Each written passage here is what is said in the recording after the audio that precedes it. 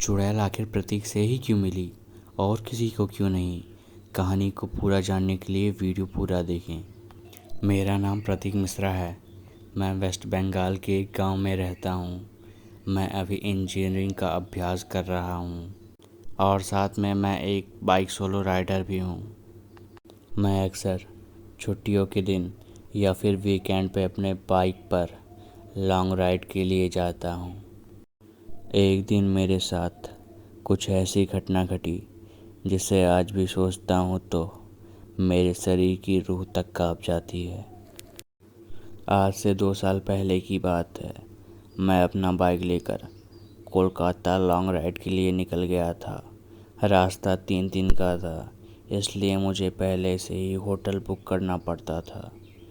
एक बार रास्ते में मुझे बहुत भूख लगी थी, इसलिए मैंने अपनी बाइक को साइड में पार्क कर दिया और पास में नाश्ते की दुकान पे जाके 2 वड़ा पाव खा लिया। बाद में मैंने अपनी ट्रैवलिंग की शुरुआत कर दी। कुछ समय बाद शाम को अचानक मेरा पेट बिगड़ने लगा।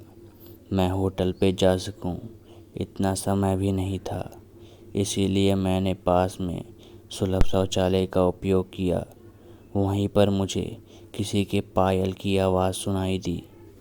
मुझे कुछ अजीब सा लगा कि पुरुष के शौचालय में एक औरत का क्या काम। इसी समय वहाँ की लाइट चालू बंद होने लगी। मैं तो डर के मारे कांपने लगा। मेरे शरीर के रोंगटे खड़े होने लगे। मैंने ज़ोर से आवाज़ लगाई, कौन है जो यहाँ मजाक कर रहा है? बाहर निकल के तुझे छोड़ूंगा नहीं। थोड़ी ही देर बाद वहाँ सब ठीक हो गया।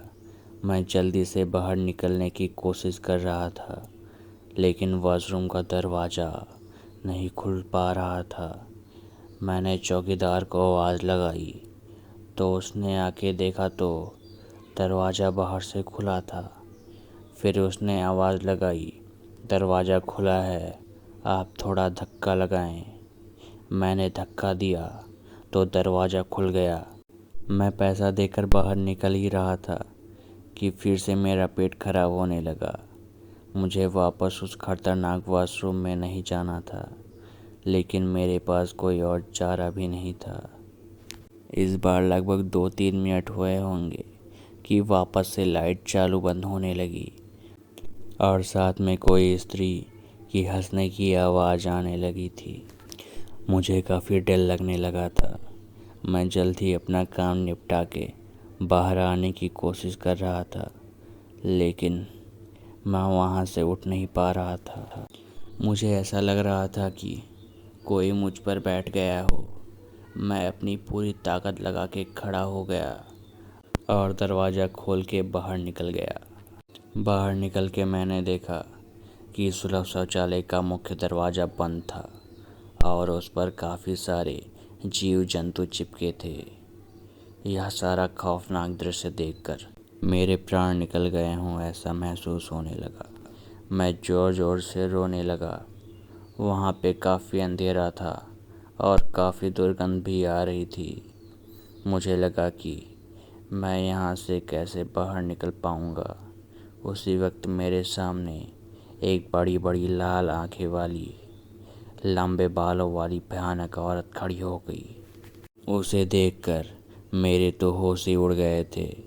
मैं तुरंत ही दरवाजे की ओर दौड़ा, लेकिन घबराहट की वजह से मेरे पैर फिसल गए और मैं फर्श पे गिर गया। पायल की आवाज़ कर रही वो भयानक औरत मेरी तरफ आ रही थी। उसे देखकर लगा कि आज मेरी ज़िंदगी का आखिरी दिन है। अब मैं बचने वाला नहीं हूँ।